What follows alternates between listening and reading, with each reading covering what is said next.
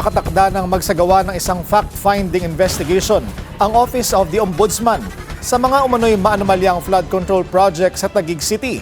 Yan ang kinumpirma ni Ombudsman Jesus Crispin Remulla sa Billionaire News Channel kasunod ng mga investigasyon ng opisina ni Senator Panfilo Lacson.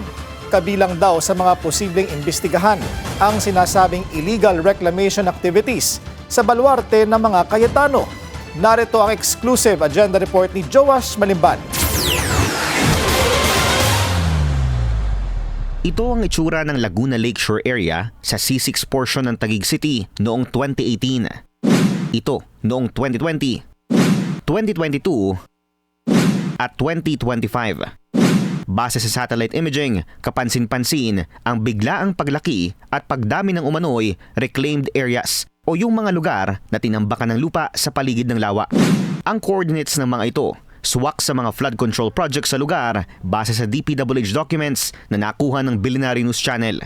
Karamihan ng mga proyektong ito nakatala bilang slope protection at flood mitigation structures na ipinagawa noong 2021, 2023 at 2025. Packages 1 to 9 ito ng proyektong construction of slope protection including site development along Laguna Lakeshore.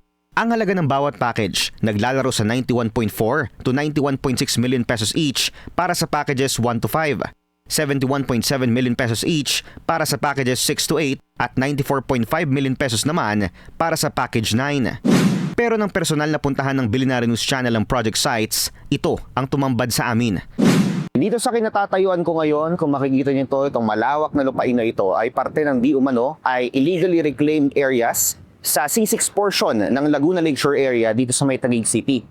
Kung makikita niyo, malawak na lupain siya, itinambak na lupa doon sa may gilid ng lawa, pero nakaregister ito sa DPWH bilang isang flood control project.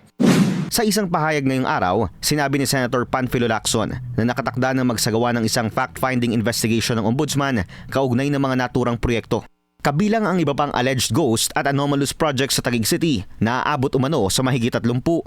Maghahain daw ng sabpi ng Ombudsman sa DPWH at ilang private witnesses oras na ma-turn over na ng opisina ni Senator Lacson ang iba pang mga ebidensya at affidavits. Bagay na kinumpirma naman ni Ombudsman Jesus Crispin Remulla sa BNC. Dagdag ni Lacson, nakatakda ring maghain ng cease and desist order ang DPWH sa iba pang slope protection and flood mitigation projects sa Taguig. Sa isang Facebook Live noong nakaraang linggo, dinipensahan ni Cayetano ang mga flood control projects sa kahabaan ng C6 sa Taguig City. Ang purpose po is to protect the lake. Ang purpose po ay ma-enjoy ng tao. Ang purpose po ay hindi malagyan ng informal settlers at hindi po magkaroon po ng mga, or kung hindi man informal settlers, hindi magkaroon ng mga sindikato na kakamkamin ang mga lupa dyan at gagawing private. Ang purpose ay tulungan ng LLDA na protektahan ng lake. Ayon kay Lacson, pinoproseso na ang possible forfeiture ng illegally reclaimed areas na walang permit mula sa Philippine Reclamation Authority. Noong Hulyo, naglabas din ng pahayag ang PRA at sinabing walang approved reclamation activities sa paligid ng Laguna Lake. Kaya lahat daw ng reclamation operations dito ay maituturing na illegal at unauthorized. Para sa agenda, Joash Malimban, Billionaire News Channel. Manatiling nakatutok sa Billionaire News Channel. Sumubaybay sa aming social media accounts at mag-subscribe sa aming YouTube channel para sa mga eksklusibong balita at storya.